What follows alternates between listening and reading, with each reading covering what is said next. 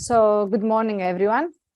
Welcome to the last day of the FIRE Forum 2023, which is the culmination of the FIRE project, and particularly welcome to the wind energy session. My name is Natasha Doniou, and I'm the project coordinator of the FIRE project. FIRE stands for the European Forum for Innovation and Research in Earth Observation, and is a project funded by the European Commission.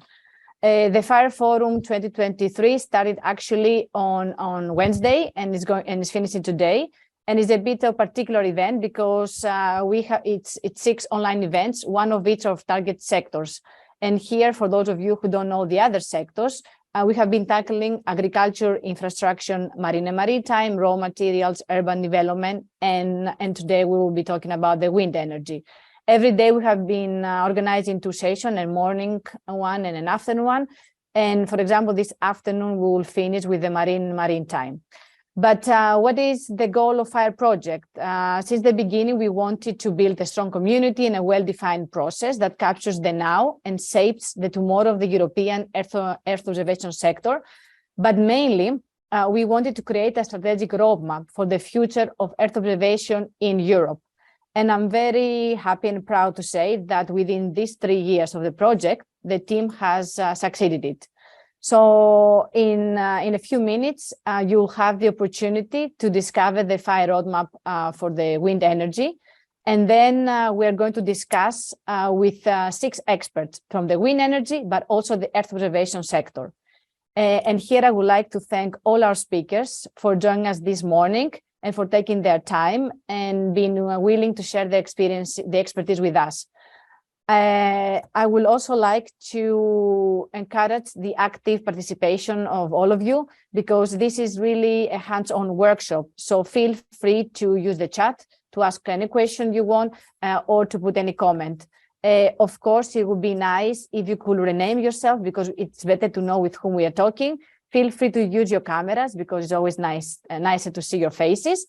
And as you have seen when you were entering this call, this call has been recorded. So without any further ado, I hope you're all having a coffee or a tea in your hands. And let's begin the wind energy session with a very nice video that we have prepared for you, which shows how Earth observation can support the challenges of the wind sector. Then immediately we'll move to the roadmap. Phil Harwood from the FIRE team, but also from the Evenflow, will present it, and he will also be the moderator of the day. So have a nice day, enjoy the event, and we'll talk afterwards.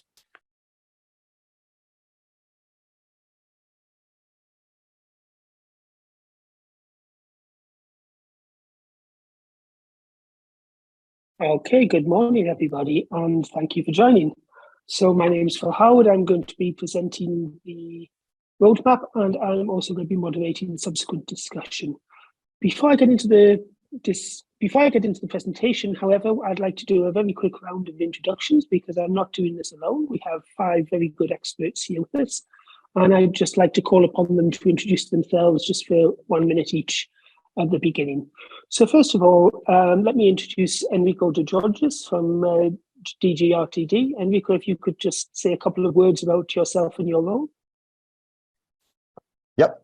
Good morning, everyone. Enrico Degiorgis. I work for the European Commission in the Director General for Research and Innovation, and in the unit in charge of clean energy transition, where I'm a policy officer for wind energy, and with other colleagues for hydrogen as well.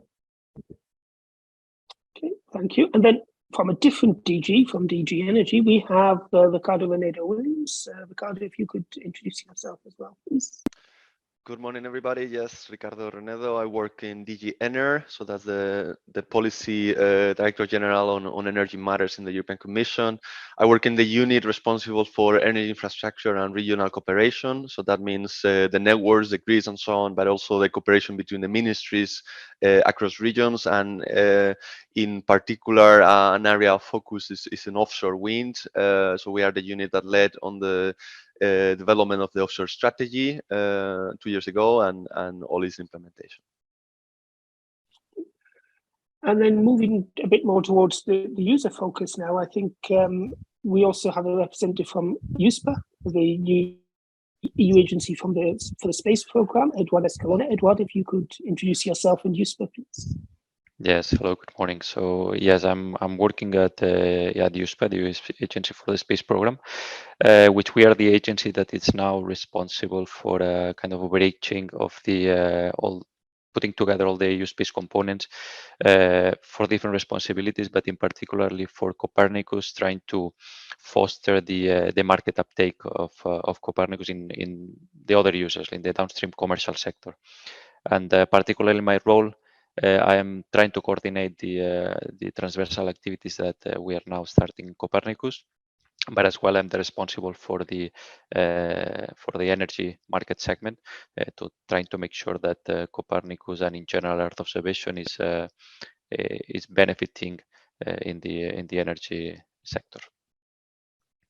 Okay, thank you. And then again, representing more of an industry focus, in this case, the wind energy, we have Lars Landberg, who's from DNV, but is also representing the ETIP for wind energy. So maybe you could introduce yourself and both your organizations, please. Yes, thanks very much. Thanks, Phil. Yeah, I'm Lars Landberg from DNV, and I've worked in wind energy for 34 years. That's pretty good for a 35-year-old guy, isn't it? And I in DNV, I'm responsible for group research and development within renewables, and that of course includes wind. So the longer perspective on that from seen from our company. And I'm in ETIPWind. I sit in the steering committee where we try to steer what's happening with ETIPWind. And I think actually I've been using Earth observations since the dawn of all this because it was very new many years ago, but now it's fairly established. So I'm looking forward to being part of the panel. Thanks very much. Okay, thank you. And last but very much not least, another person with a double-hatted role is Betty Charalampopoulou. I hope I got that at least approximately correct. Who is representing EUSPA, but is also the CEO of GEOSYSTEMS Hellas. So again, if you could introduce maybe both your organizations, please. Thank you, Phil, and good morning to all.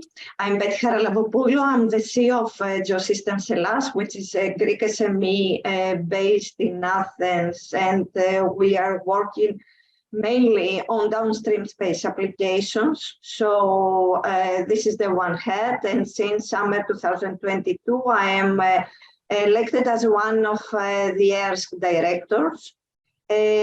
My background since university is on geology, but I am working on remote sensing since being a student, means that it's almost 30 years.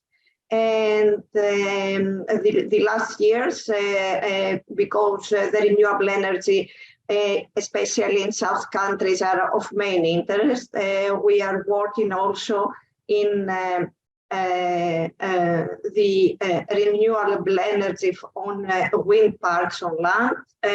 So that's why I'm sitting in front of you, and happy to move on to the next conversation.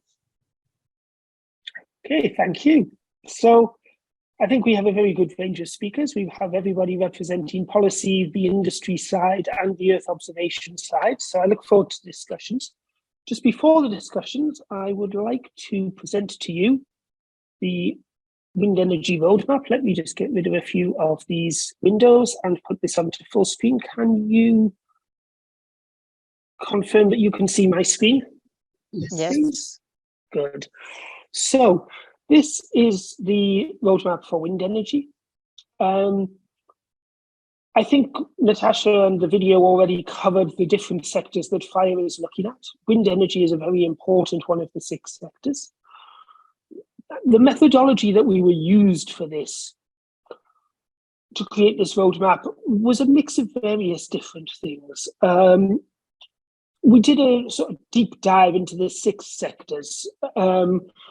Partly this was a paper study, part this was from key talking to people, analysing things that were specific to the sector, analysing things that were cross-cutting across different sectors. These were discussed with specific focus groups. Many of the people here may well have been part of these focus groups. And they were also shared more broadly with the community, both in terms of the Earth observation community and the industry community through events such as this one, through the Fire Forum. This is the third Fire Forum. There have been two previous ones. We then brought all of this together to try to construct a very thorough picture of what the current state of play was, what the future trends were, to identify what are the key opportunities here and the major weaknesses, the major challenges in terms of the use of Earth observation within each target sector, and then to really bring this together in terms of an action plan. What needs to be done? Who needs to do it? When should they do it? In what form? And the output of this is the sector development strategy, sector-specific action plans with a path to upscaling and mass market, aiming at developing the EO sector and reflections for future work. So the aim really is to sort of capture where are we now, where do we want to be, and how do we get there? Well, where are we now with Earth observation? I think it's clear that there is a very strong political momentum at the EU level, but also at global level and national level for the increased uptake of wind energy. And for obvious reasons, that's got even greater in the last year. The policy has already been put in place, addressing the need to increase the share of renewable energies and leverage the opportunities coming from wind farms in a sustainable way. In fact, the main policies here, things like the Repower EU, the EU strategy on offshore renewable energy, all of which come under the broad umbrella of the EU Green Deal. The market maturity, I think we have good initial traction for Earth observation-based applications in the sector, particularly offshore. It's used for things like site selection, for planning, for monitoring the energy accessible potential and forecasting, and there is further scope for growth here. It's a lot of work already in research and development, optimizing prediction models, looking at offshore wind farms in particular, and looking at really how we can predict the future energy demand and supply, and look at the focus of EO integration with EO and emerging technologies and data streams. Okay, so where do we want to go with that? I think one of the things that's really strongly ongoing at the moment, Earth observation has mainly been used on the offshore wind energy so far. So met-ocean parameters, wind speeds, currents, and so on, have been a key priority up till now, and that is expected to continue using satellite-based measurements for things like measuring the offshore wind, measuring currents, measuring wave heights, sea surface level, and so on. That is relatively mature and is expected to continue. Localized weather prediction is a big part of this. We really would like to get to the aim of having precise weather forecasts, not just globally, but at the turbine scale. So we would need to plan the operations and supply of a wind farm. And we also need improved warning of extreme events. We need to know if something is coming that might impact the operations. Integrated models of supply and demand kind of takes that a bit further. It's not just looking at the operation side, but bundling this together and looking at what are the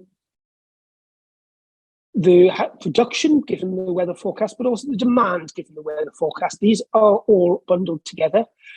This is a short-term thing, but we also very much want to be looking at long-term trends so that we can analyze what is the long-term trend for both energy potential and energy demand. And then finally, ecosystem impact assessment. There is going to be an impact to putting wind farms. What is it? And how can we use Earth observation data here? Monitoring go-to areas, monitoring the impact, all of this is very important. Now, one thing I would say about the wind energy, which is maybe slightly different to some of the other sectors that's been looked at in the FIRE project, is that if you look at these 4 items that I have here, I think it's fair to say that none of them is unique to the wind energy industry. They all have much broader application. They can be used for other types of things or for other types of renewable energy, or just very useful to know the policy for long-term energy potential and energy demand anyway. So although this is for the wind energy, and we will talk about the wind energy, it's also important maybe to see this as a bit of a probe, if you like, using the wind energy to probe things that are needed more broadly. None of these are unique to just wind energy. So in terms of this, let's look at some actions. How can we actually bring these actions forward? So the obvious starting point is awareness raising and promoting the further awareness of Earth observation within the wind industry. This has two benefits, if you like. One is just to build up the awareness so people are using it, but also to build up a community, because a lot of the further activities need further research where we need the Earth observation and the wind people talking to each other and working together. So just this awareness raising and getting the two sides talking to each other is a good first step. How do we do that? Showcasing existing studies, case studies, disseminate these through various channels, and go and talk to these people. Make sure that Earth observation people turn up at key wind energy events, whether through presentation or through stands or organising side events, whatever. Now, obviously, it's not enough just to go there. You need to have something to say. And there are already case studies about how Earth observation can benefit wind energy, but there could be more done here. So the next step would be to support key case studies of Earth observation use within the wind energy industry, trying to really show what we can do. This obviously benefits the end users because they get new solutions. It benefits the Earth observation service providers because they get new opportunities.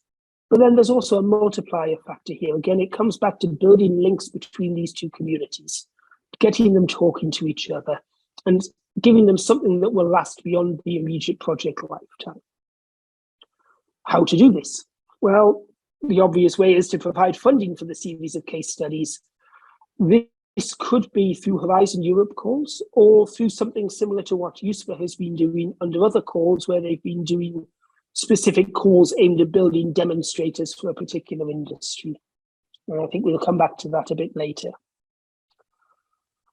Now, another one I touched on earlier was this idea of an integrated supply and demand model. This is something that is actually much bigger than just an Earth observation.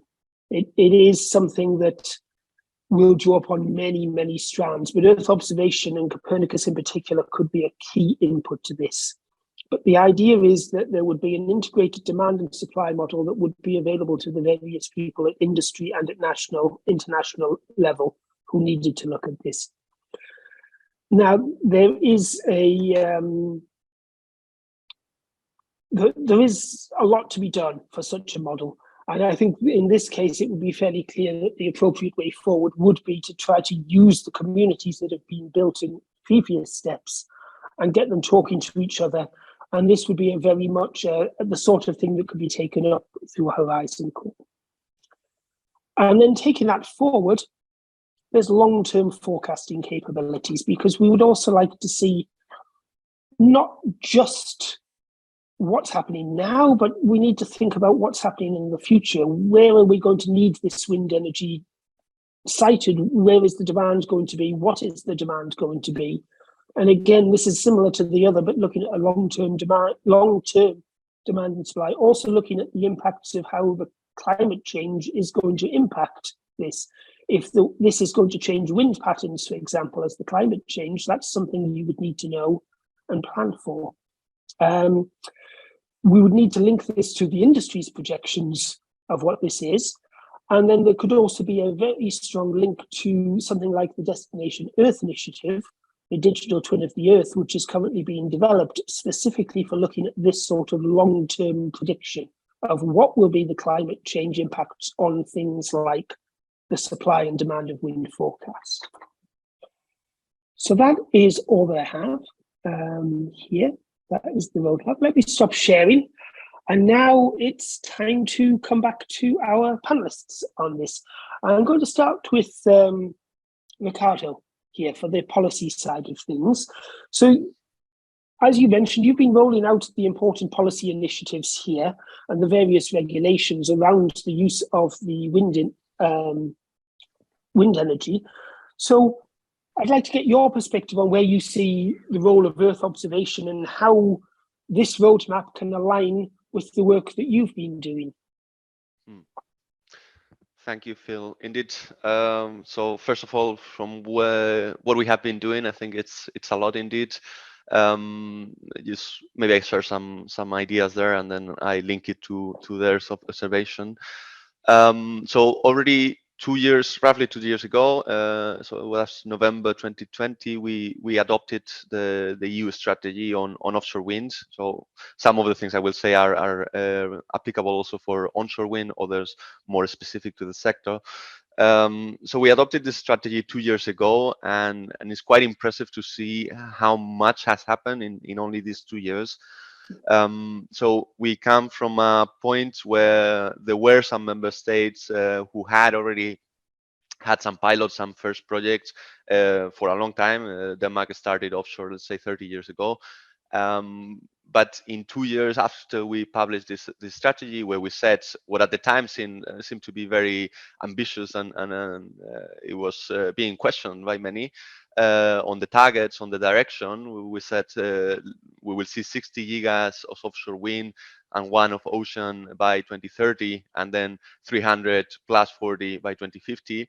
And that was already the scene 2 years ago, where we set a direction, and it was being we could say question, or it was not certain for everybody that it would be met. And from that point of a lot has happened.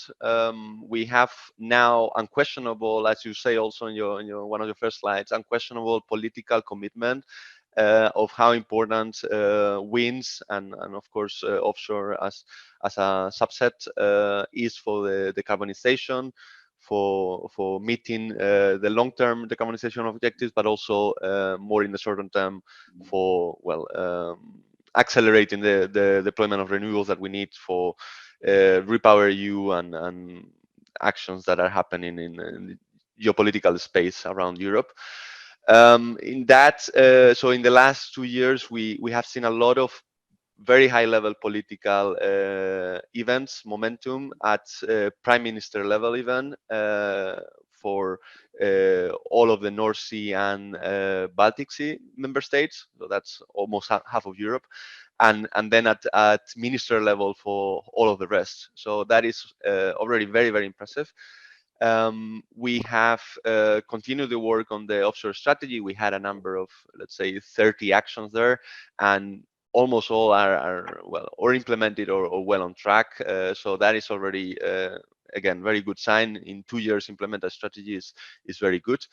And there we see that these high-level political statements are translated into things more tangible as well. So one of the deliverables that we set to ourselves in the strategy was to update the TENI regulation, which is the Trans-European Networks or grids and pipelines, the Trans-European Networks regulation, and there we had specific provisions of how to establish the grids that we will need for offshore renewables. And as part of these actions was to ask member states to tell us, what do you want, what do you foresee for 2030, for 2040, and for 2050 in a coordinated, in a cooperative manner for each of the sea basins. And they not only told us so, they made non-binding agreements, but they're even more ambitious than what we said in the offshore strategy. So from 2 years, the political direction has exceeded what we had expected and what we had set as a direction.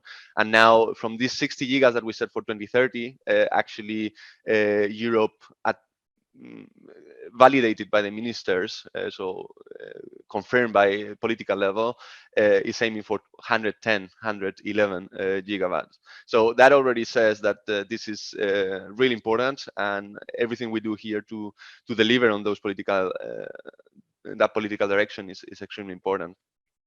We have also done, of course, a lot of less political, more I don't know, practical, we could say, actions. So on the MSPs, we have collaborated with the member states, the maritime special plan. So that is well on track.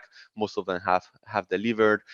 We have included a couple of actions under Horizon Europe more on the innovation side, on interoperability of grids, on floating technologies and others. So that is also very good. We revised our state aid guidelines.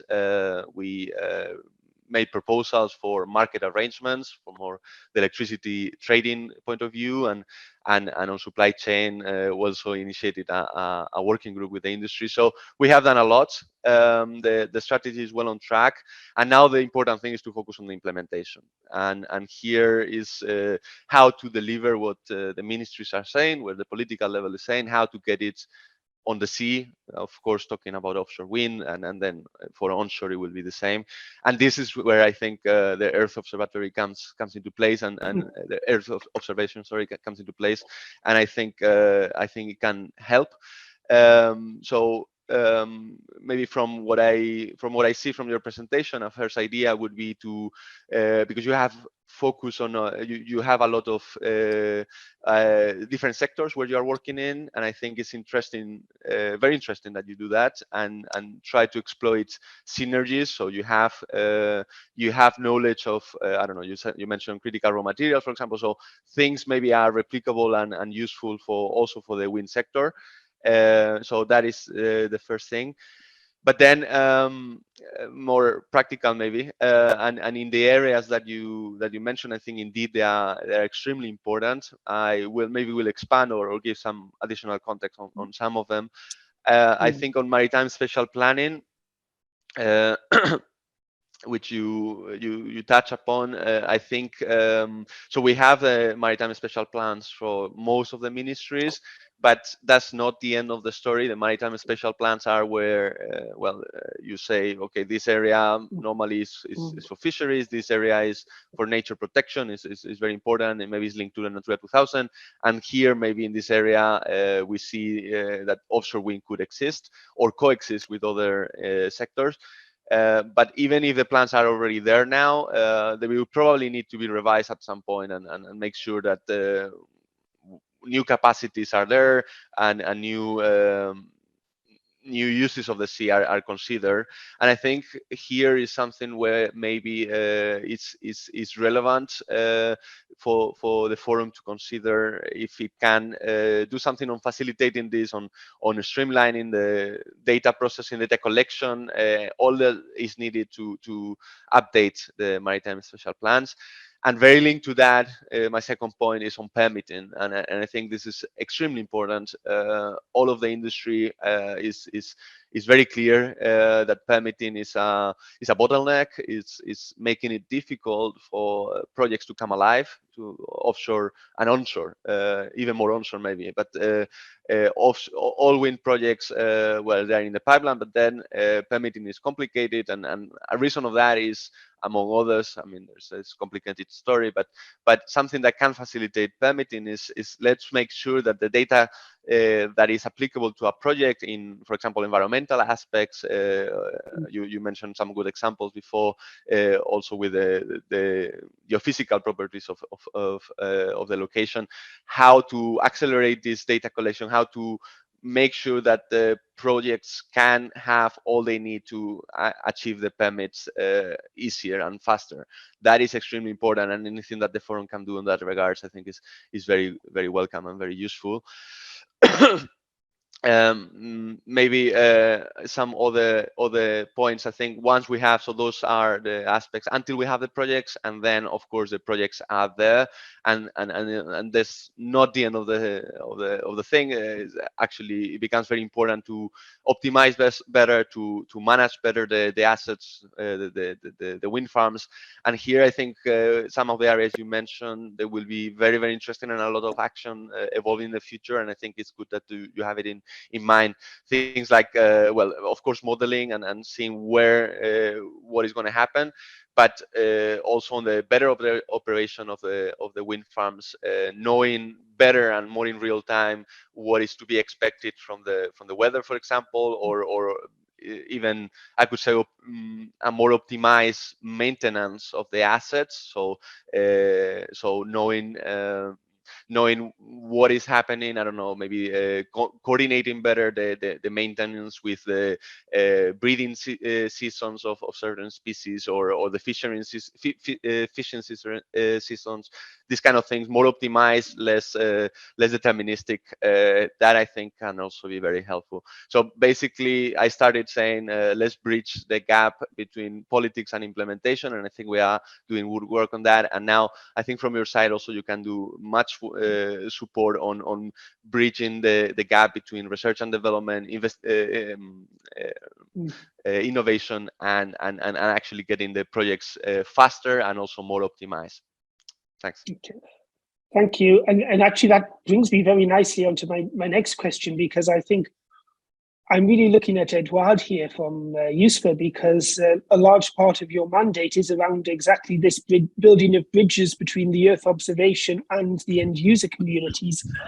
And I'd really like to get your perspective on the sort of actions that you can be taking to support the uptake of Earth observation either now or in the future.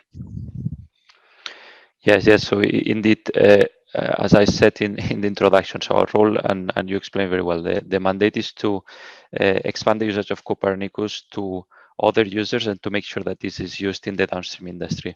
And this is setting bridges and making sure that whatever solution is providing using Earth observation and other technologies, complementary technologies, is satisfying the needs of the end user. So we are working very closely with the end users, as well with all the Earth observation community, and try to support them in this way.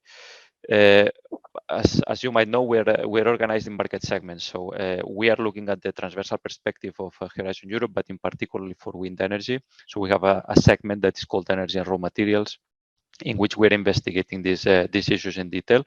This segment is new for us. It's, you know, before EUSPA, we were GSA dealing with GNSS, and the segmentation that we had before, it was much more simple. For energy in particular, we only dealt with timing and synchronization issues that could be solved by GNSS. So this is a new segment for us. And because of that, we have to also, similarly to the work that you have done, to establish a strategy as well, to see, analyzing what is the current level of usage, what is the level of maturity, how can we best support the industry, meaning the Earth observation industry, but as well to support the end users to adopt these kind of solutions that can be beneficial for them. And the strategy that we're preparing are setting a set of actions that are quite in line with what you proposed. Of course, they have we're going much more in detail to things that we actually have to do, and there are many things that it includes. And this can be a bit generic for all the market segments, but as well we can particularize for the wind energy. But starting from the part of the market intelligence that you mentioned, this is basically to understand what is the value chain, who is the customer, what is the market maturity, what are other technologies in which that can be as well used or compared with Earth observation, and that also helps us really understand what is the added value of EO for the end user. And this, as an example, we have a publication that is the market report on the last one that we published last year in January, the Earth Observation and GNSS Market Report. And we publish this every 2 years, giving an update of the market. And as well, we have a strong user engagement. We are what we say a very user-centric agency, in which we try to put the user at the center of all the work. So and this is crucial to provide better services, and we always are focused on Copernicus in this case. But of course, to support the adoption of Copernicus, we have to support the whole Earth observation market, let's say. So for that, for the part of user engagement, we have different ways of engaging the industry, but mostly the crucial part is to understand the needs and requirements of the end users. But as well, we have raise awareness is one of your actions. We can do that through different workshops, publications. We participate in different events such as this one. But one of the central events that we have for user engagement is the user consultation platform that now we'll do every year because of the new segmentation that we have and the let's say the higher number of segments that we have to address. But the last year's edition in October last year, we had a specific session on renewables in which we addressed different aspects of such as market and technology trends, different types of applications in energy that can benefit from Earth observation, and of course discuss some use cases or analyzing needs and requirements. And the results of all this work is also going to be published soon in what we call the report on user requirements. So it includes all the energy sources, but of course wind energy, and it's one of them. We have different other tools as part of this roadmap, which is helping the industries. This is part of the second action that you have on supporting it through funding, through demonstrators. We have different tools, as you mentioned. One is the publication of the tendering that we published last year for the Copernicus demonstrators. We'll have similar opportunities and grants in the future, but this is complemented with the Horizon Europe calls that we have under the space program. And with Cassini, as you might know, Cassini initiative is the new initiative from the European Union, the European Commission, and we are the arm for implementing this initiative. And we have different tools under this initiative, like prizes, competitions, hackathons, business matchmaking as well. This is focused on SMEs, startups, and entrepreneurship, mostly focused on innovation, but not only. Also we are looking to put them in contact with big companies, with investors, so that the market gets up and running.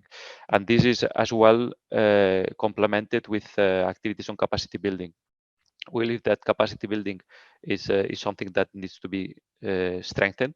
It has been done a lot in the industry. There's a lot of very good material on Earth observation, but a lot of it is very technical and based on the Earth observation capabilities. And we believe that we want to complement this capacity building also for the end user, more on the on how to really put these technologies into, let's say, the operational workflows, and to train these entrepreneurs into using these technologies. So complementing all the effort done by the Earth observation community.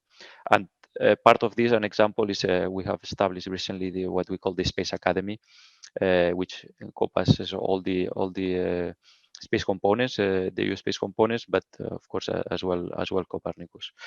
And we foresee other actions like supporting and facilitating the data access, which we think it's very important for Earth observation. And I'm not talking about infrastructure. This is being handled by the Commission and ESA, but more on the last mile. So how to facilitate the data access for the end user itself.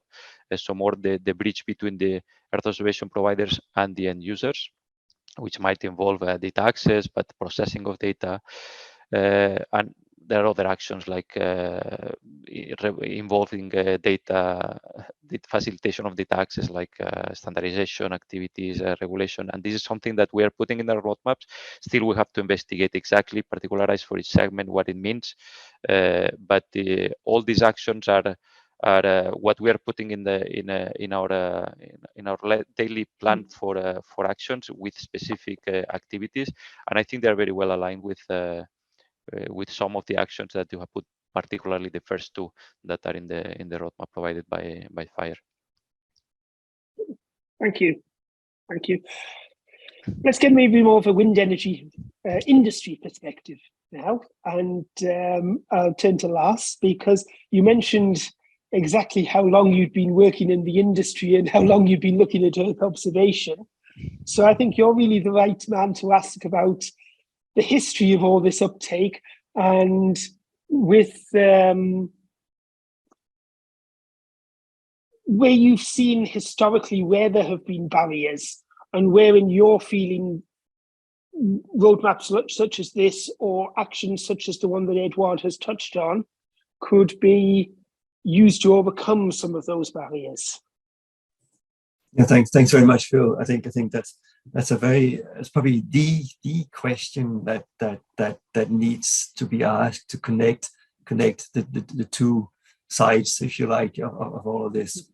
And I think it was very nice to see that one of your initiatives was the awareness building initiative that you had on one of your slides, and I think that's definitely it.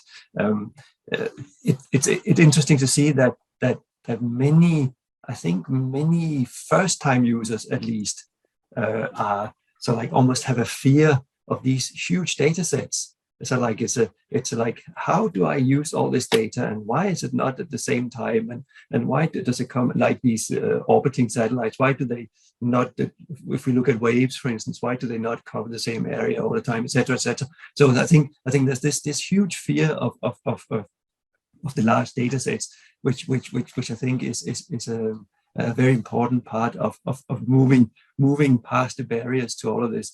I also see.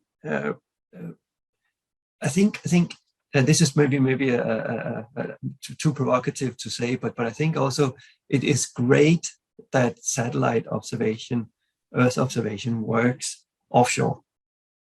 However, there are quite a few wind turbines onshore as well, and I think any applications above and beyond what we're doing. So as you know, I think it's probably complete industry standard now to use satellite images or similar to determine the roughness of the site, for instance. So I think that's sort of like standard practice anywhere.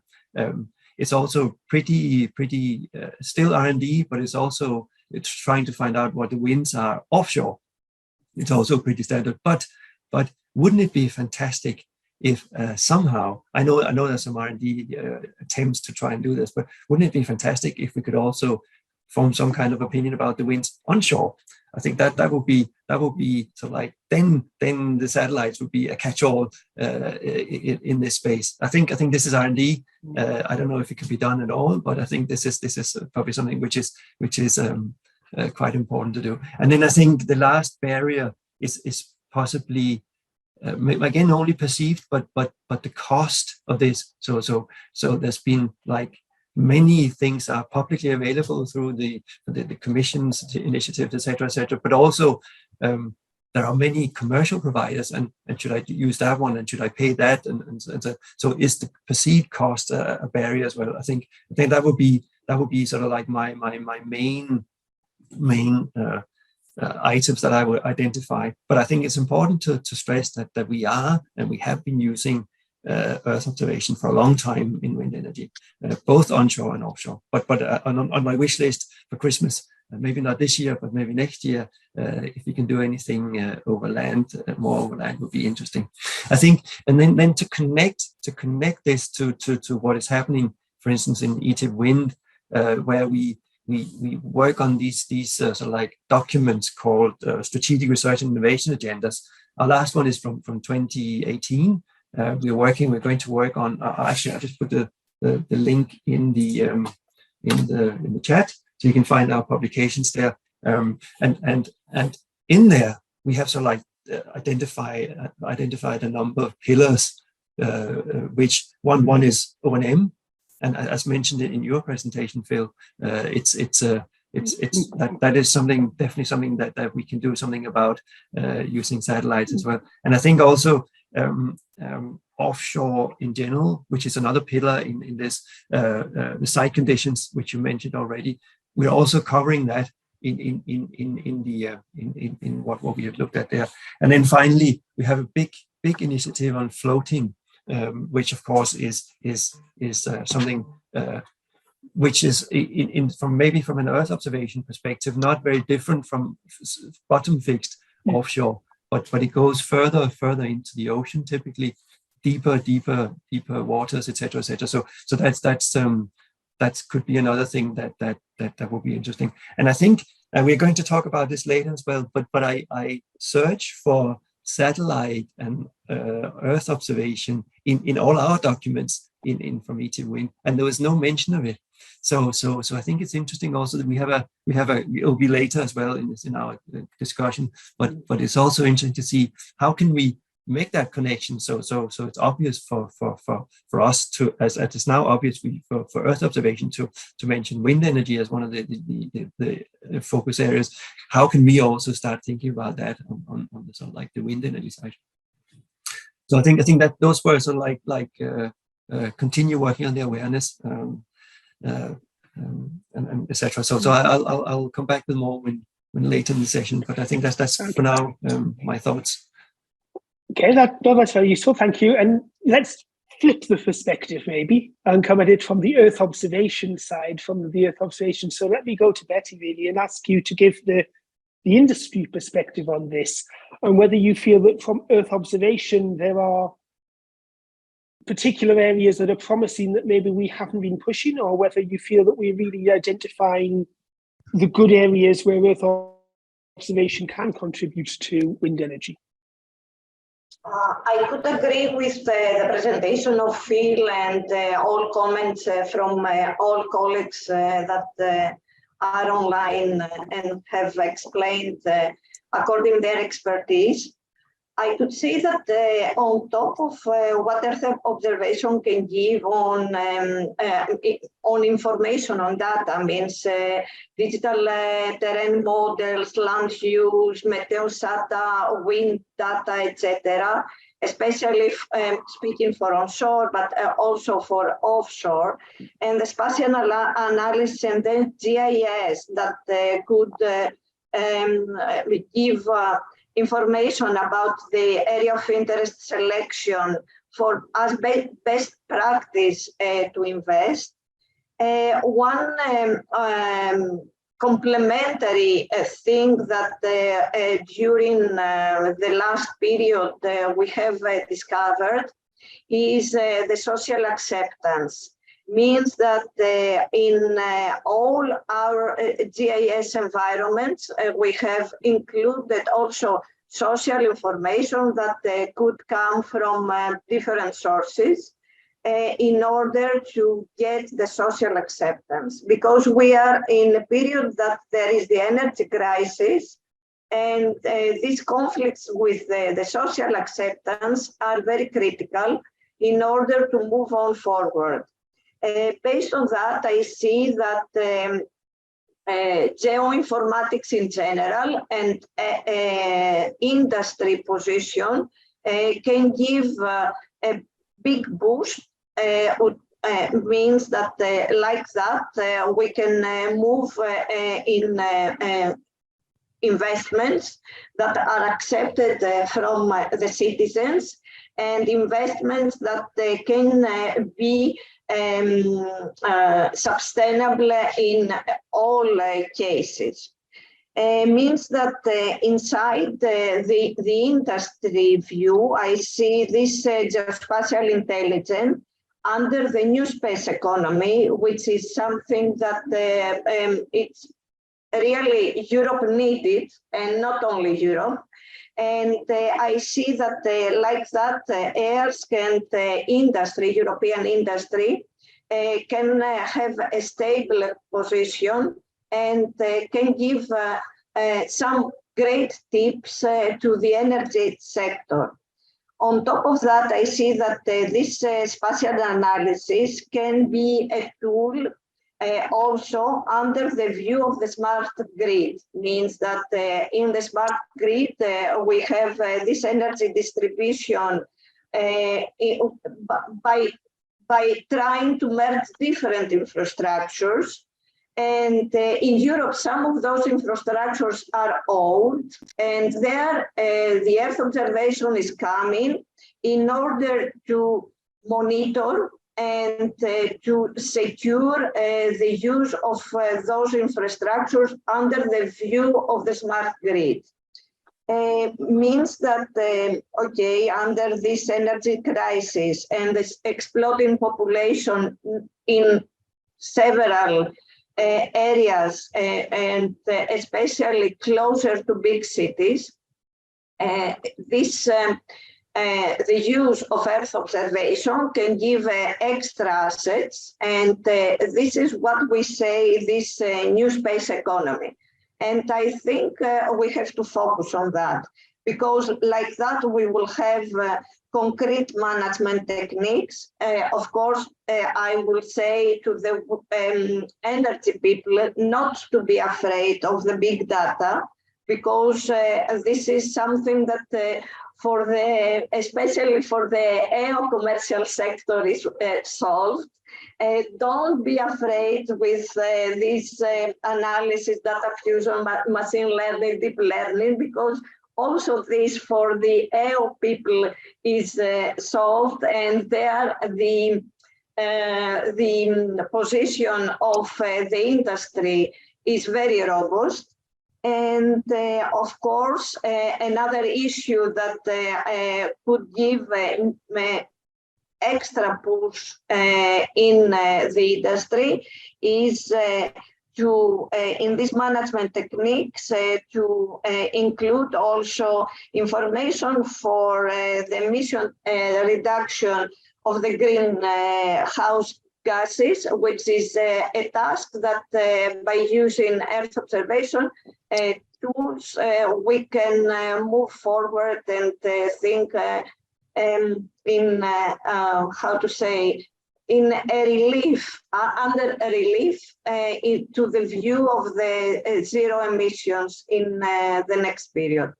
So I think those points are in the table. We are open to further discuss. It's an ongoing effort, this new space economy, and it's something that it's worth that the energy sector sit with us, investigate, and discuss, and put the right steps in order to be used in the close future. So that's from my side. Thank you very much. Thank you. So let's turn to Enrico finally. Sorry we took a while to get round to you. But I think really I'd like to get your perspective on how all of this can feed into the research and development programs that you're working on, and how we can align with the other work that is being driven by DGRTD. Maybe you could comment a bit on this. Yes, thank you for the question.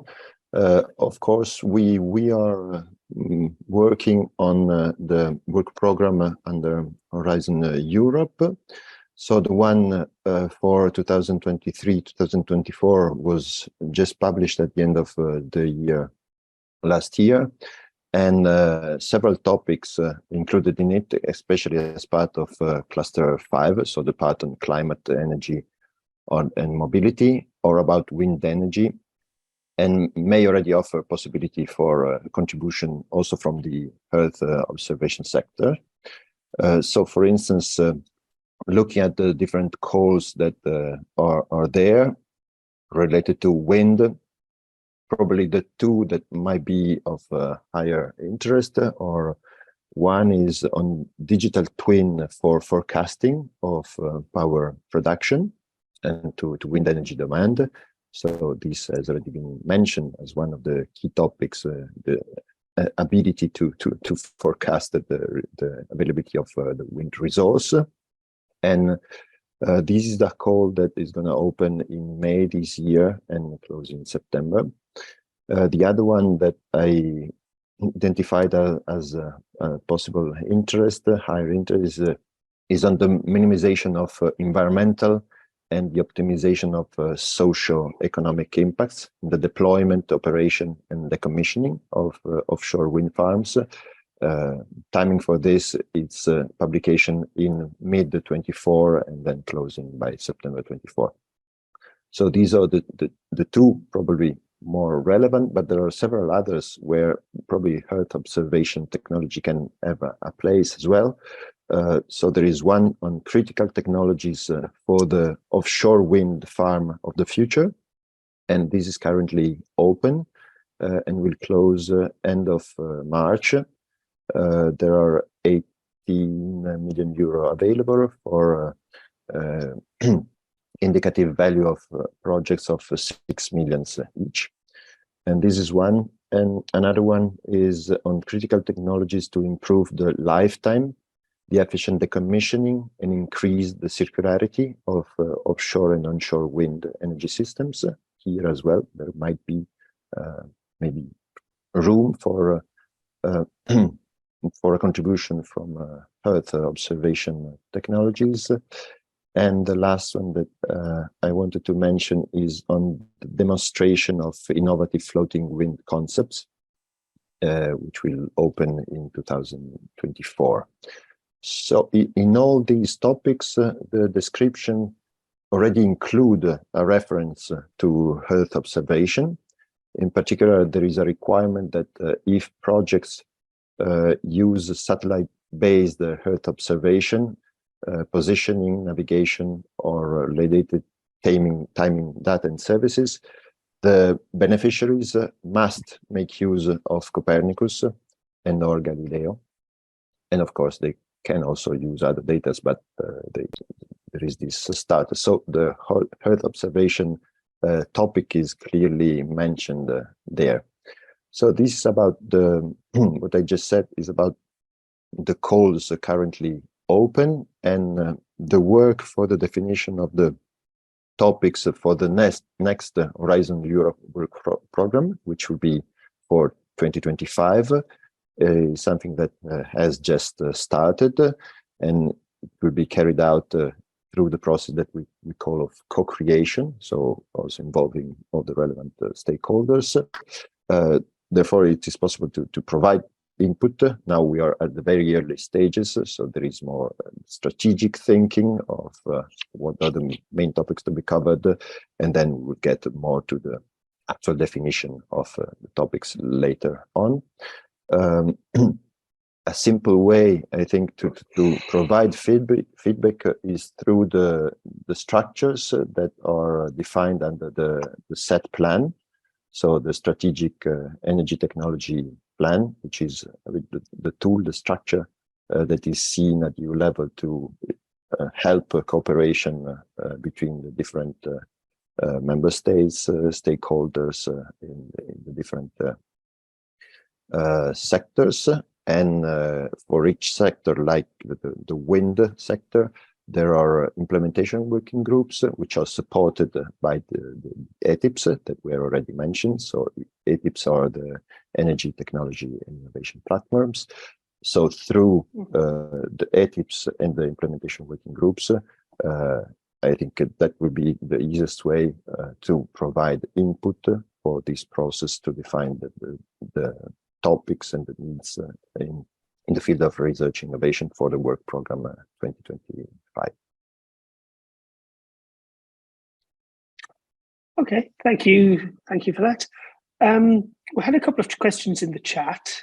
One of them I think was probably more aimed at myself, which was around the mention of destination Earth and the role of long-term forecasting.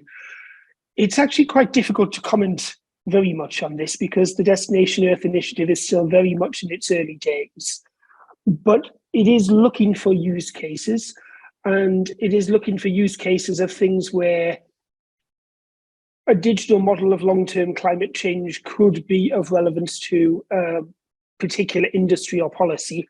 And I think the idea of using this long-term forecasting capability to predict where the future demand and supply of wind energy would be a classic use case that they could take up. So I think I won't say much more about this now because it is very much early days, but it's something that I hope we will hear more of in the future. Then the other question, which Eduard has actually already largely answered in the chat anyway, but I'm going to come back to him because it kind of leads into the question that I was going to ask him next anyway, which was around more the structure of the actions that EUSPA would consider in order to work with these industry actors to really take this forward, understand their needs, and come up with some more concrete actions and try to work with the industry, try to get the multiplying factors in there. So I think, Eduard, even though you've already answered this largely in the chat, I'm going to come back to you on this point and ask you to elaborate a bit more.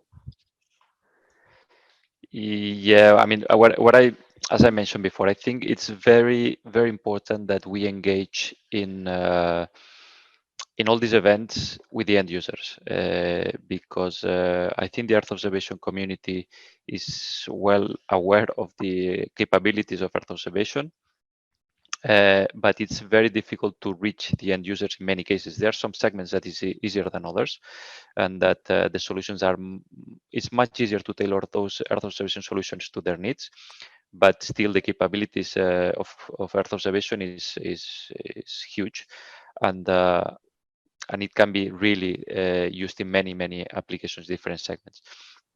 For that, we need to engage these end users, in which in energy, in many cases there are key players, big energy companies, developers, investors, which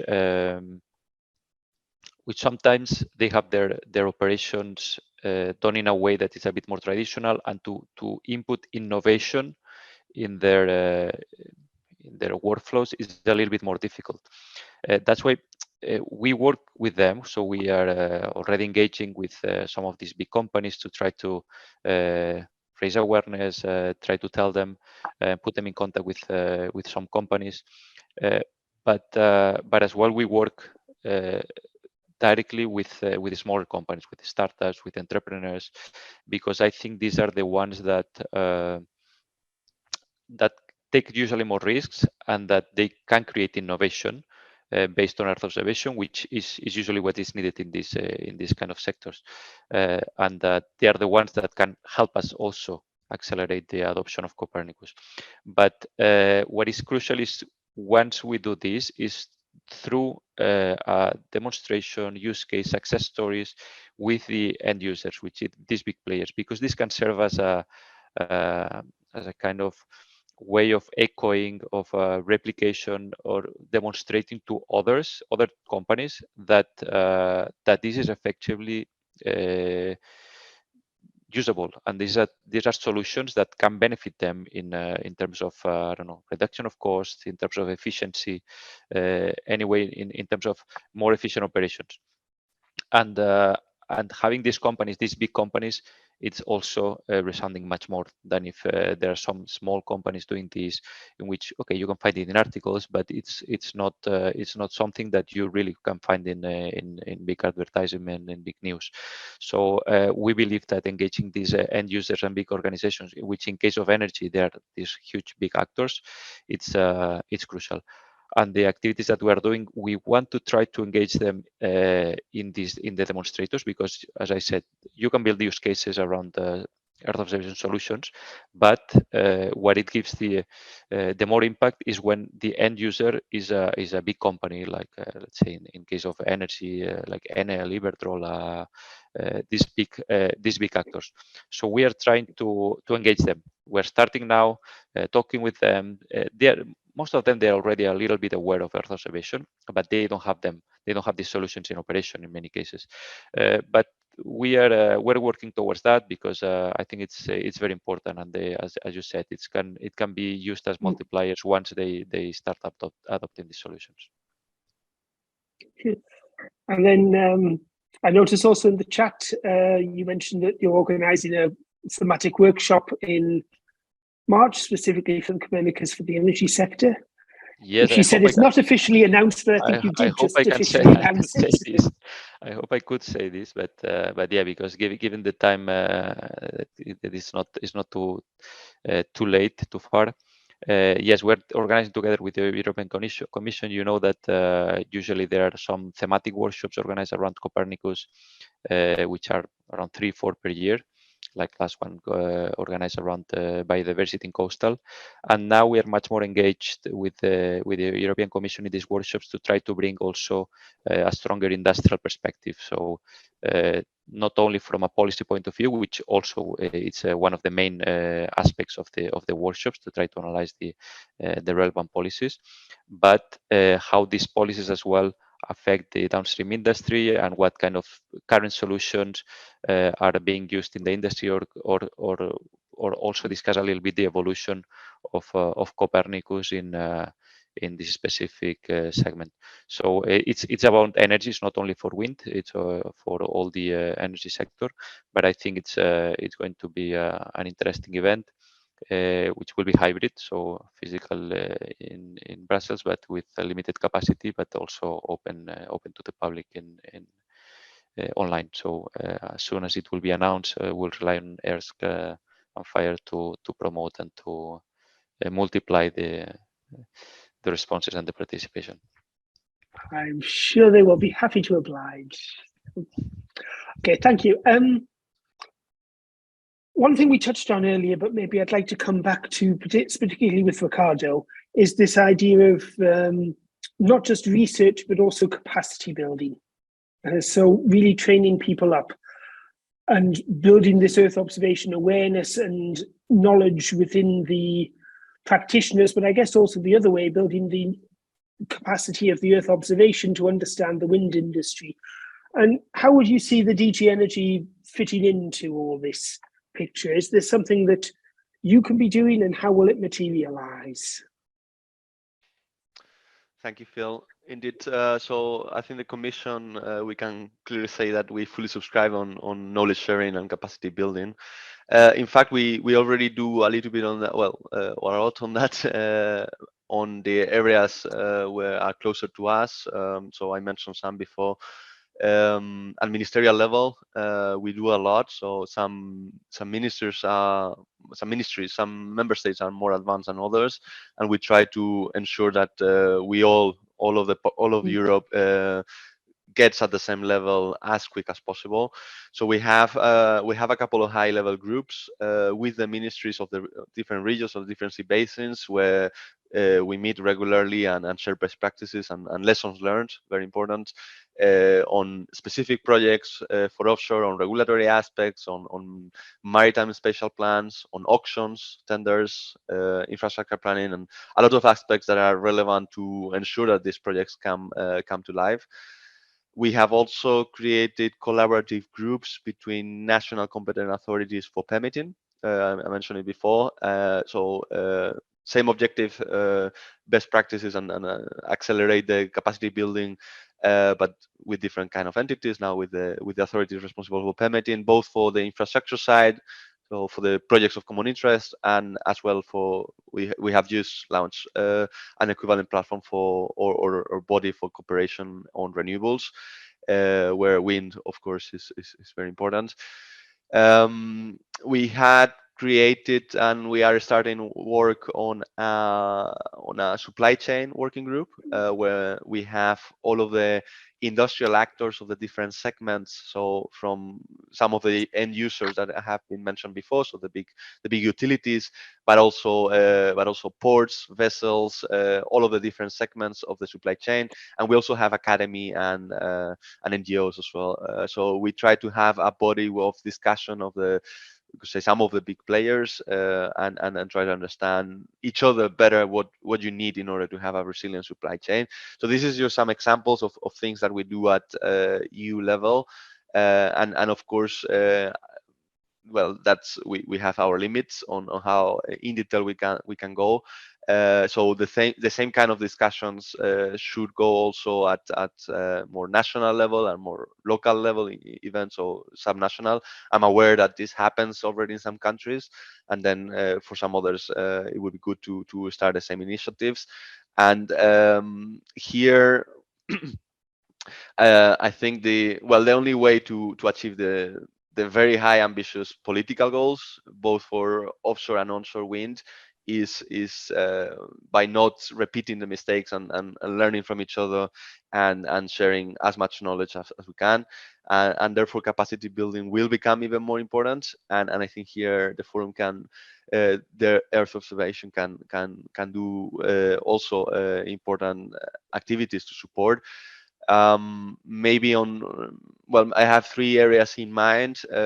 First one, I think we have talked a lot about data, and that one is for me is essential. So all these things on weather forecasts and how it impacts energy generation, on maybe on maintenance of the farms, or how to assess quicker the environmental impacts and how to translate that into a big business and industry implications. All this sharing of best practices and also validating with the industry, with the end users, I think that is very, very important. Then I like also something that Betty said before on social acceptance. That is a forever issue, let's say. That it's something that has been there for forever, and is of course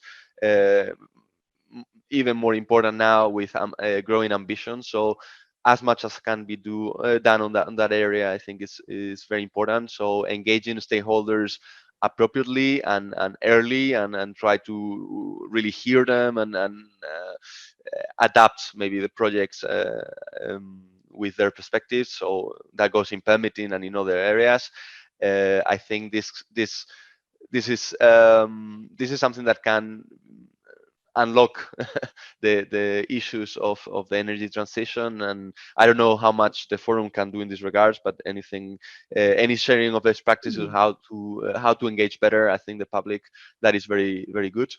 And then a last one, which is a bit more general perhaps, but on education, I think it's something that I don't know if that one is more so much in the realm of the forum, but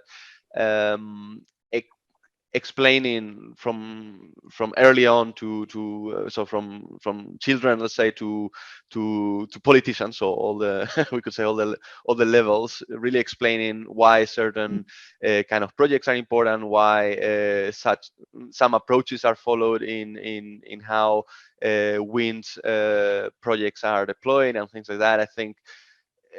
I think there is a gap of knowledge on the educational side in some areas on how important some of the things are. But I understand this one maybe is a little bit more for a different kind of discussion.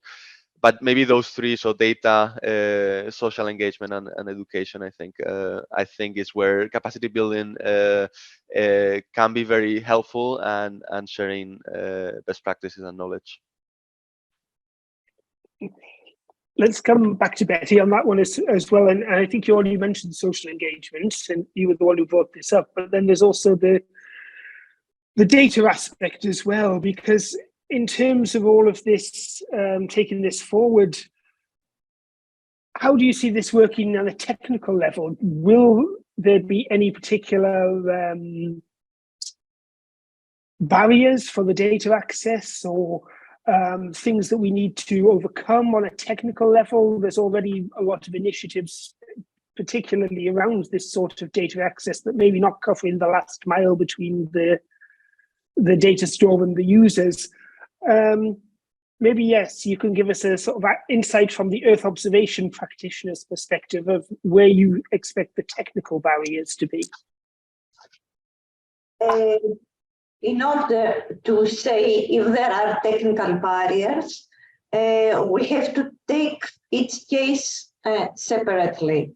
In my point of view, the management techniques of big data analysis and the artificial intelligence tools that can be used cannot be a barrier, because this is something that it's all the industry in Europe is working on, and it's overcovered. The availability of the data, having in mind all the Copernicus and the new Copernicus missions, and the contributing missions as availability of the data, is not again a barrier. Also, we have to think in the view of a new space economy that other sensors like UAVs, etc., can fill any gap that can be available. One barrier that I see is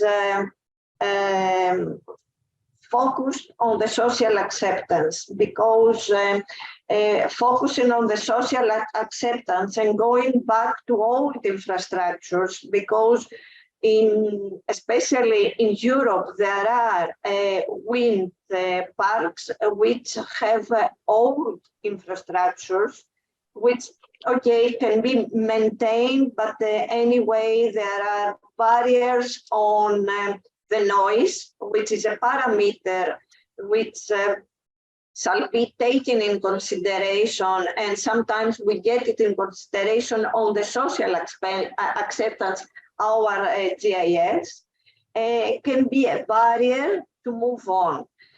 Means that the social acceptance and the knowledge, the education, this capacity building that Ricardo have mentioned are things that should be carefully addressed in order also to help the Earth observation industry to merge strengths with the energy industry and have a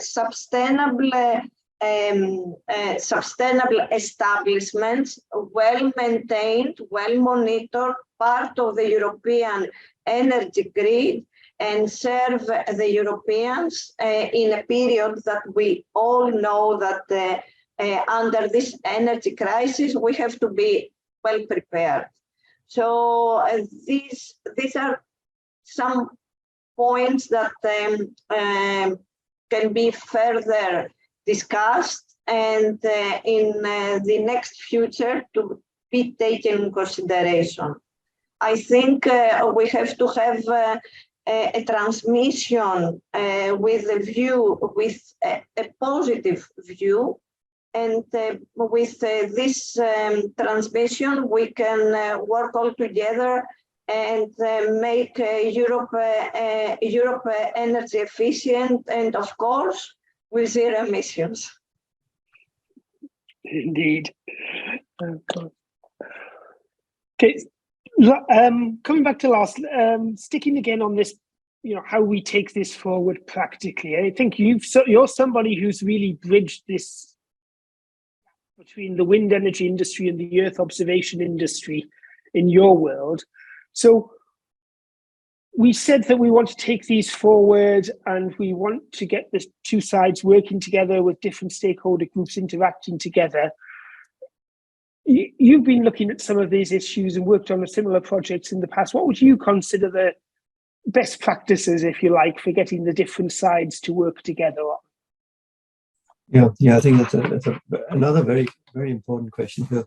And I think just before I know it's actually part of the answer. So were you saying, Betty, before that the industry knows about big data and the industry knows about machine learning? I was surprised to find that when you'll see on one of the publications we made maybe 5 years ago or something in ETIPWind, one of the aspects was digitization and big data. And even, I mean, I don't know if 5 years is a long time or a short time, but anyway, like out of 5 years ago, talking to the industry about machine learning, I gave a presentation in Brussels about this, and it was surprising to see how useful such a presentation was to many of the stakeholders in this industry. So I don't think we should assume that knowledge of big data processes and methods and application of the latest in machine learning is something that we can just assume is not a barrier. So I think on the best practice side, Phil, it's also cover those aspects when you talk about. Just don't assume, well, we just do it. And I noticed in your presentation, but there was no mention of big data or machine learning as like directly. And I think those are tools that we need to put front stage now because it is, as you're saying, Betty, it is big data. It is the only way we can sort of make any sense of all this is through applying machine learning. And we see all these, like right now there's an explosion of these diffusion models, for instance, which are actually looking at images in various forms. So I don't know, I haven't thought too deeply about it, but these diffusion models, the way they act on big images is I think is something which should definitely needs to be part of what's happens in Earth observation and dealing with all of that, I think. But I also, so that I think that's just to connect that point, which I think is quite important. But I also see, I don't know if it's still a problem, but it has been a problem, as I mentioned before, this with free access to data and applications. I think maybe just as samples or tasters or whatever, I don't know, but I think by having, I think Johannes mentioned in the chat as well, what are great examples. And I think I don't know exactly what a great example will be, but a great way to show the examples is to let people access it and play with it and do things and get results out. I think that's sort of like that will make it, oh, okay, we can actually use this for this. Oh, okay, that's not too complicated. And I can ask my machine learning guys back home in my company, whoever that company is, that okay, now we can maybe work on this. So I think that's really important. And I think also, as Enrico, you mentioned, that is now, I don't know if it's a strict requirement, but using these data sets in various proposals and applications, I think is also a very important best practices. Are like forcing it down people's throat, of course, but it's very important that okay, now we have fair data usage principle, but we also have try and use all these Earth observation data sets that are available. I think that's a very good idea. And also I think my last point would be, make sure that the group that you address is wide. I know that's sort of like easy to say, but more difficult to apply maybe. But so like who are not just the most obvious candidates for this particular, but what is the how can you make this wide? I think is also very important. But I think just to wrap this up, I think don't assume that machine learning and big data is not a barrier. And as I said, our clear experience a few years ago, but it might still hold, is that talk directly to the stakeholders and the players about these techniques. And of course, it shouldn't be too technical, and it shouldn't be, but just so these are the potentials. And then I think do not address the latest diffusion models and the transformers that are coming out now, and like it's I don't know if you can't open anything on the internet now if it hasn't been through a transformer or a diffusion model. So I think it's really important that we start looking at that too. So in terms of best practice, try and make sure that you always connect to the latest within machine learning, within big data. So I think those were, I hope that made a little bit of sense, but I think those are my reflections on that. Okay, I think just one comment from me around the big data machine learning. You're right, it wasn't explicitly mentioned in the proposal, no. But I think as somebody coming from an Earth observation side, I think everything is big data. Big data is kind of the air we breathe. Exactly. So it's sometimes easy to forget about it and take it for granted. And I think it's, again, I mean, and I've also worked on machine learning for ages, but just assuming that because I'm working on it, everybody else is working on the same goes for big data. So I think that's a good point to have that in mind. Yeah. And then just also around the free access and the sampling and letting people play with it. I mean, obviously Copernicus is open access. There are a lot of tools here. Yes. So this really needs to fit into these awareness campaigns and really make sure that people know that this is available and that they can do it. And we shouldn't just take it for granted that they know about it. Yes. So that's Enrico, I mean, we've discussed there's all the traditional R&D work programs, but based on what we've heard today, can you see of any other sort of other means that you can see the way DGRTT or the Commission more generally could support some of the actions in this roadmap? Yeah, well, I will start from more the general energy policies and strategies, where the push for the rapid and massive development of renewable energies and wind energy in particular is so strong, so clear now, that from there really a big push will come, and all this will trigger the demand for plans, for all the services related, including, I presume, also the contribution that could come from Earth observation services in such big development. For instance, it was already mentioned, Earth observation will play an important role for sure in the identification, for instance, of the go-to areas, so the areas more suitable for renewable plants, and facilitating the related permitting process, which, as we said, is one of the main bottlenecks for this.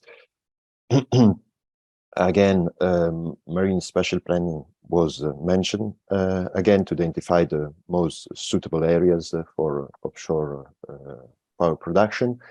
And I think it's also interesting to mention maybe something that it's part of another group you have worked on in the forum, so the part related to material. Each time I talk, especially to industry representative in the wind industry, they are saying there is an issue. The issue of materials will become more and more problematic, even for traditional materials like cement, steel. So the contribution to the raw material part of the work that you have carried out, coming from the Earth observation there, will for sure be very helpful also for then the wind industry. Then coming more to the specific part related to RNI framework in particular, there are several supporting schemes available addressing different maturity levels of the technologies.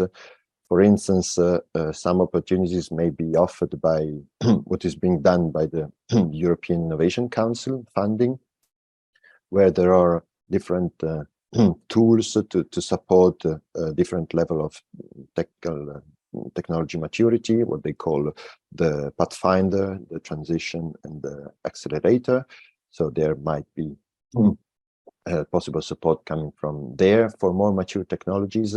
Again, I don't know the details, but I guess under the big funding coming from the Innovation Fund, there might be opportunities for Earth observation solution as well. These were a bit the most obvious idea that come to my mind, and I think it was already mentioned. I'm talking to colleagues in preparation for the discussion today. They mentioned this Cassini program that also Eduard, I think, mentioned earlier. There as well, this might be a possible way of getting funding in the RNA area as well. And it has already been mentioned how it is needed also to support all these developments more on the technology side, with the capacity buildings, with the right skills. So there are programs also in this area which might be of interest to think of, to keep in mind.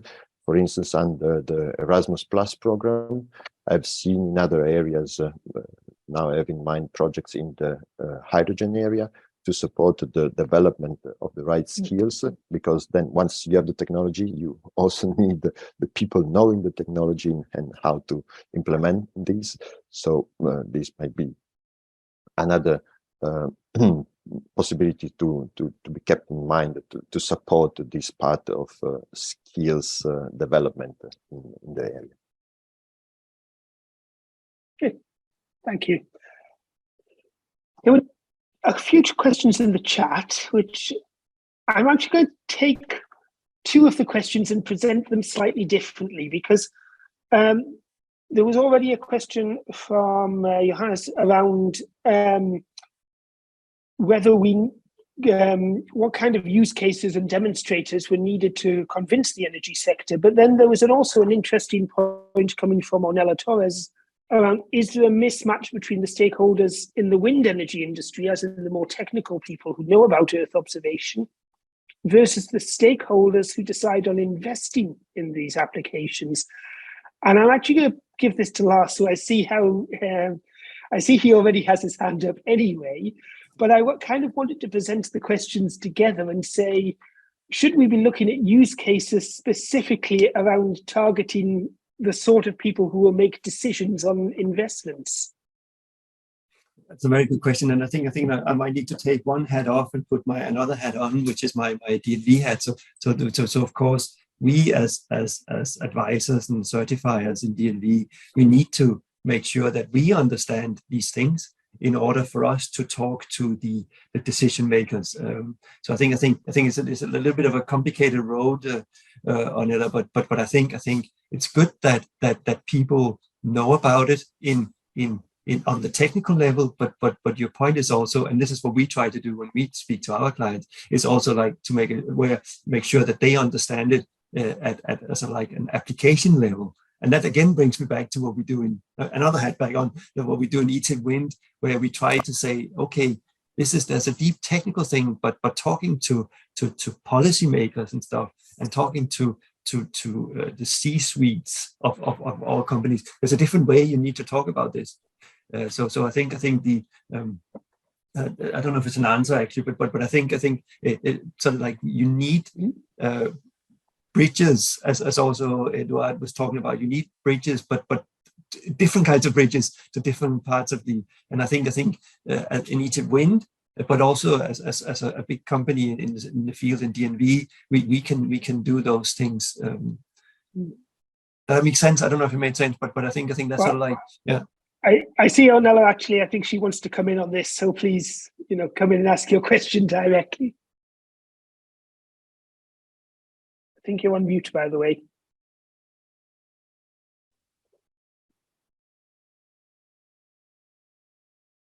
Still on mute, I'm sorry.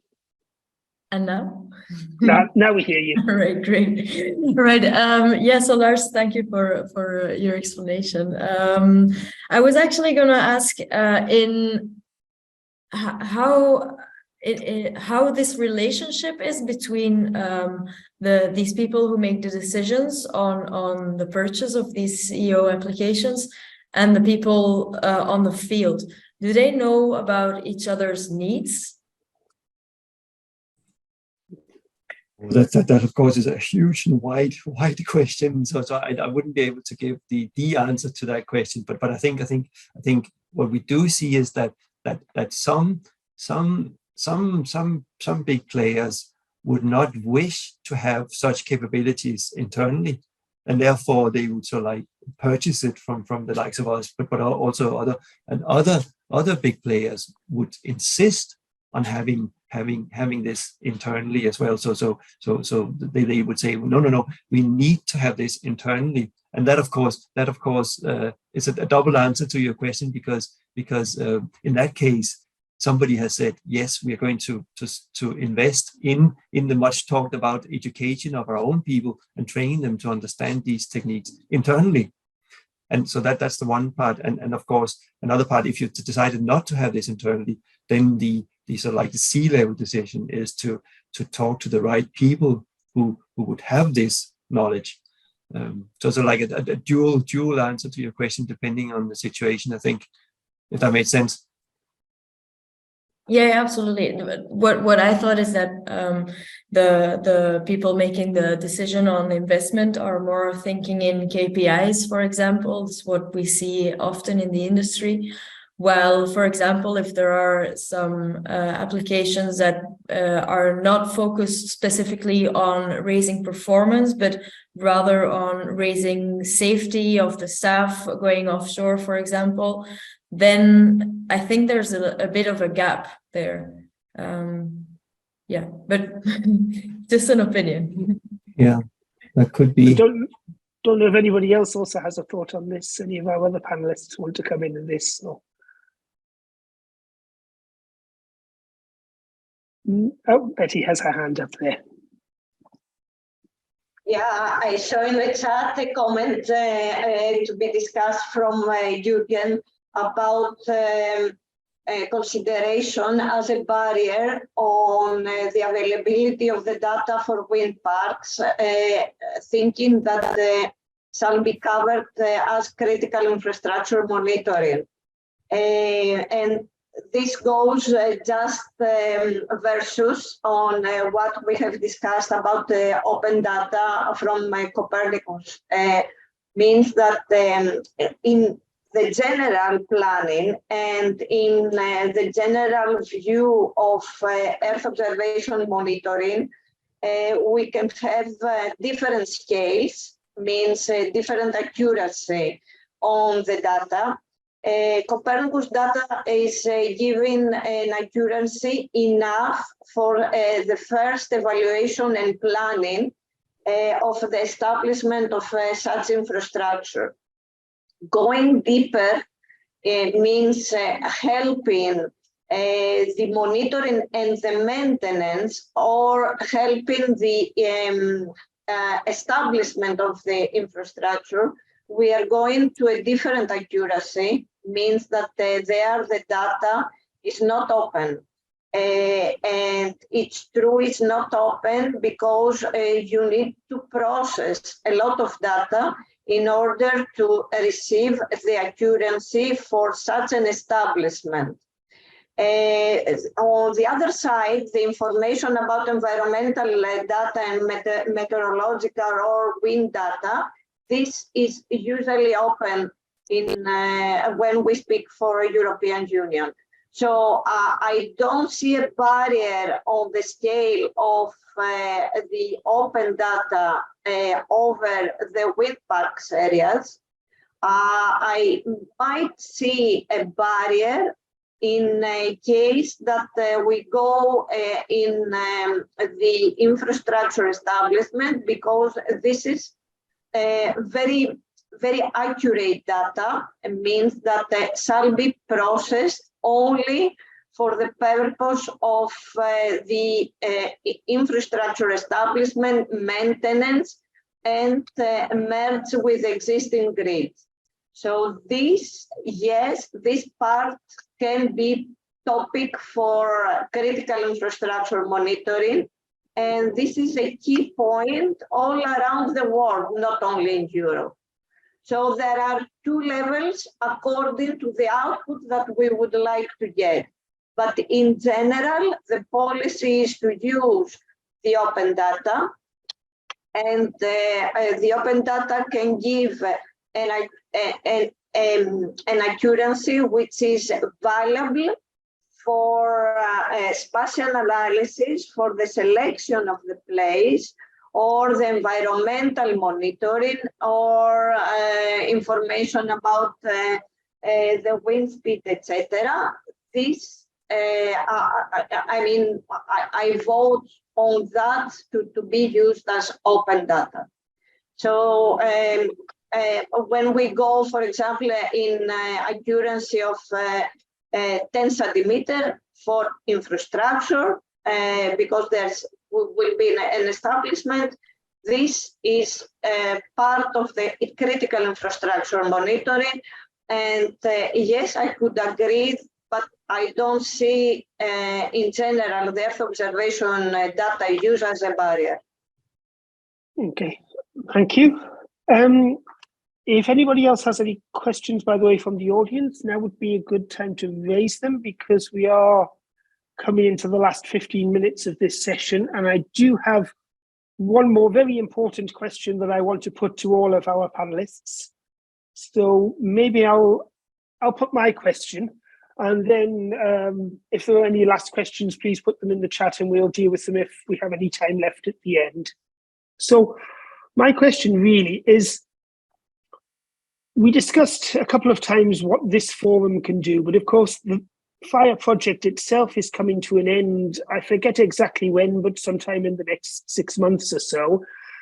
And yet we've done quite a good work. We've built a community. We've set up the EO evangelists. By the way, I should give a big shout out to Miriam Gonzalez, who's the EO evangelist for the wind energy, who's part of the discussion.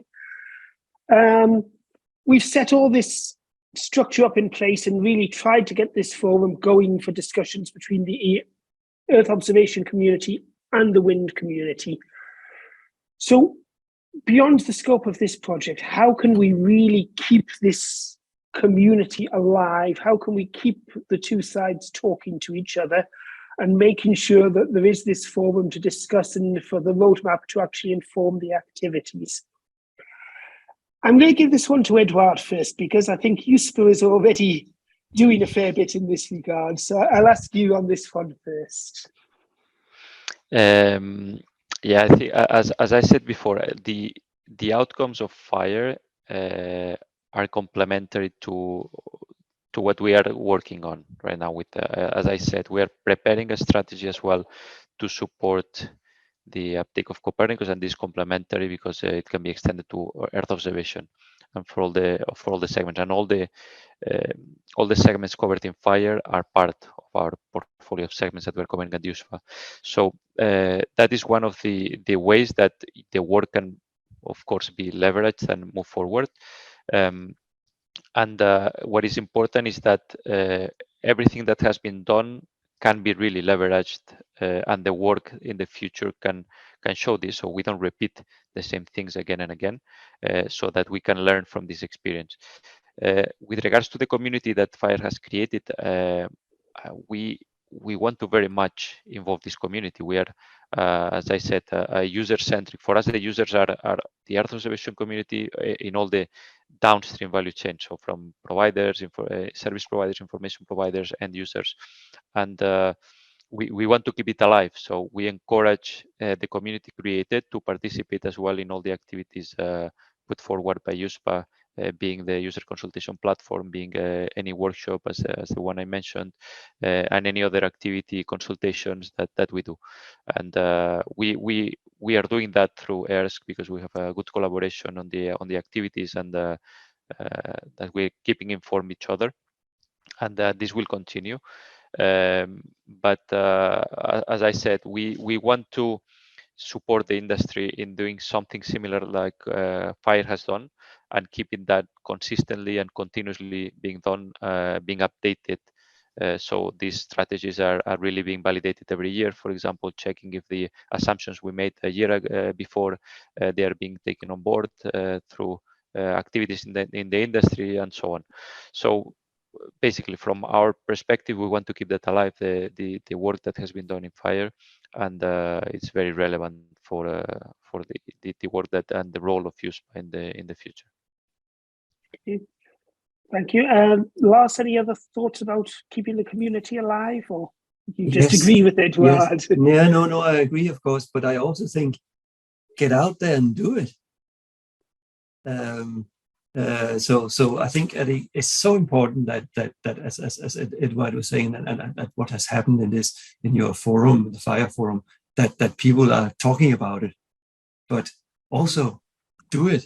I think it's like maybe too simple to say, but I think so by having talked about it, then the next obvious step is to go out there and start working together across these different participant stakeholders and stuff, and then do a project. Involve. I mean, as you said, as I said before, my dream is that for offshore wind, onshore wind, it's a satellite observation, Earth observation data has been quite stagnating, I think, over because it was fantastic when we could do roughness mapping the forestry, the land use and all that, when we could do that from satellite data, which was great.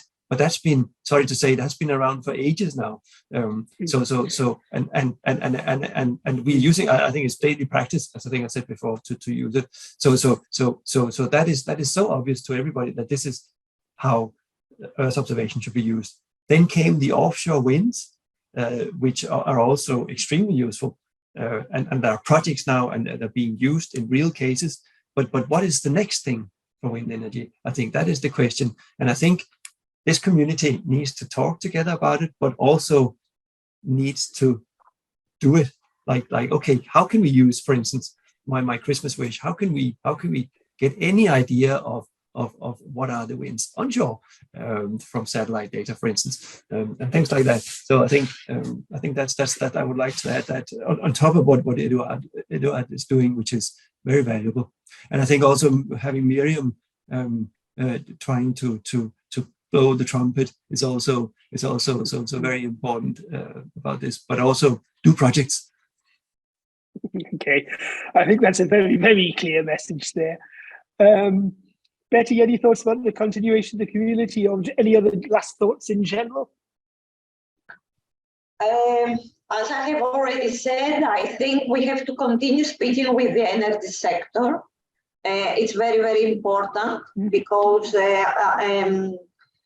on space and Earth observation, things are going very, very fast. Also in energy sector, some things are going very, very fast. I understand from Lars, yes, it's true that we have been using Landsat imagery since 30-35 years in order to do, in general, analysis of land use. But nowadays there are new tools that in order to exchange information, we have to keep on working together, which is very, very important. And okay, we are two sectors that we can live in parallel and can produce good things for the energy economy and also for the view of Green Europe. Means that what is discussed here in this panel today shall be step to go on further discussions. And this that I explained about the new space economy and the use of as add-on to what's there on open data with and also different accuracy data and social data.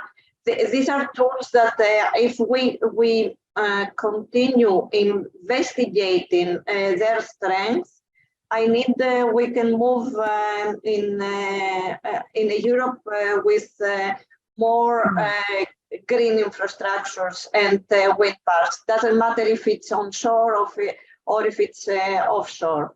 So my position is to keep working and to keep the discussions going on, also with the DG and EUSPA. And I think this period is critical for the energy, and especially in Europe. And it's also critical to keep prices low and the civilians happy. And I think this parameter is on the right point to keep on all working together. Okay, thank you, Lars. I think you wanted to just comment very quickly there. Yeah, sorry. I know I shouldn't speak too much. Sorry, but I also think you had an excellent point in one of your slides, Phil, that the wind industry is very dependent on weather forecasts, wave forecasts in various shapes and forms, and of course we are not cooperating with the Earth observation industry about that. We are cooperating with the numerical weather prediction service providers, and so you have a secondary effect on us by the better data you can provide to those guys, the better models they can provide to us. But of course, there's not a direct link to. But we are desperately dependent on good, high quality forecasts. Yeah. Sure. I mean, it is sometimes forgotten when we talk about Earth observation. The biggest thing that Earth observation is used for is in fact weather forecasts. Exactly. Because it really has its own value chain, its own set Exactly. of stakeholders there. We maybe don't talk about it so much. Yes, exactly. But yes, it Yeah. shouldn't be neglected. No. Ricardo, any last thoughts on the continuation? And just while I'm talking, I'll also draw your attention to, there's a question in the chat about whether EO is mentioned in the Repower EU plan as well. Mm-hmm. Very good. Well, I think I cannot say much more than the colleagues have, but I think the way forward, as they have indicated, is clear. So you have demands for further collaboration with EUSPA, and I think that's already very good. So the community cannot die by itself. Already, if there is demand for further collaboration, I would say it's very important to publish everything. The knowledge should not be lost. So make sure that it's out there, but also that the relevant actors get the information. So for example, us as the commission, so what are the key main outcomes when the project is finished, and of course the same for the industry. From the commission side, obviously we do a lot of knowledge sharing and create events and things like that. The Sustainable Week is a good example. So if there is good messages, obviously there can be found a space to discuss certain things. And I think Lars is fully right. It's about now having projects and having concrete development. So getting the pilots out, getting the different demonstrators of the ideas that you have developed. That is obviously an important, a key next step. And another thing that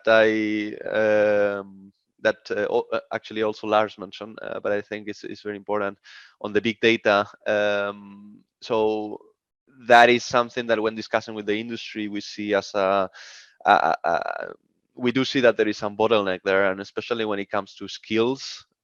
This year, you might know, this year is the European Union Year of Skills, and we see a gap for the wind industry in particular, and renewables at large, not only for the skills and the capacity to handle these big data sets and artificial intelligence and so on, and apply it to the industry purpose, of course, but also not only the skills, but the amount of staff, the people available in the market. So everything that can be done to teach youngsters, in many cases, to teach young professionals, I think that is very important.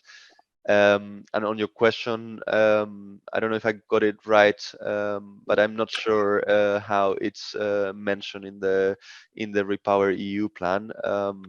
Obviously, that the Repower EU was the plan on how to act against the dependency on Russia. So it might be the case that it's mentioned. I'm not aware of that. Sorry.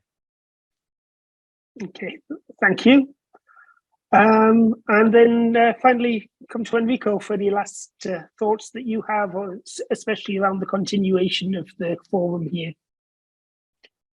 Yeah, there is not much to add on my side. Maybe just to mention again some of the possible entry point for channeling the information related to RNI priorities in the wind sector. There is this set plan structure. So the Strategic Energy Technology Plan, the aim is to help really coordinate national research and innovation efforts and promote cooperation among EU and associate countries, companies, and research institutions. So as part of the set plan, there are implementation working groups, something I already mentioned, and the ETIPs are supporting the work of the set plan and the implementation working group. So this is a kind of community existing through which we will be very happy to receive information, documentation on the priorities, also related to Earth observation as well. Okay, thank you. And that brings us very nicely to the end with 3 minutes remaining. So thank you very much to all the panelists. We really appreciate it. Natasha, did you want to say a few last words before we break? Yes, thank you so much, Phil. Thank you all for joining us this morning. The discussion was very interesting. Now I have a huge to-do list. After this meeting, I will go back to each one of you because I have different ideas how we can continue the collaboration.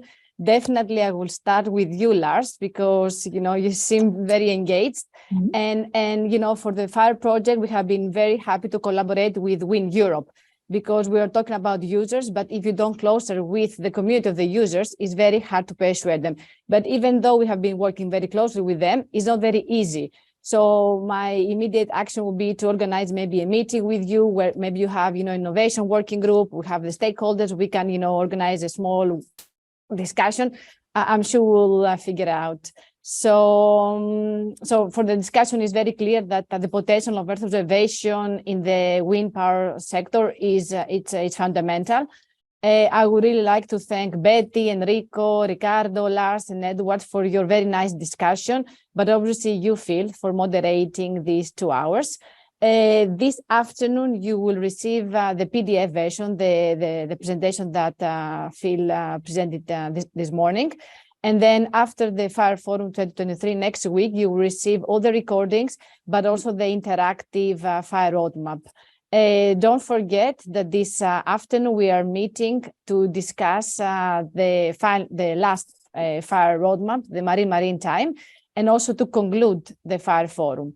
If you want to attend, of course, feel free. You still have time, but you need to register. So thank you again for joining us today, and I'm sure we'll stay in touch. Have a good afternoon.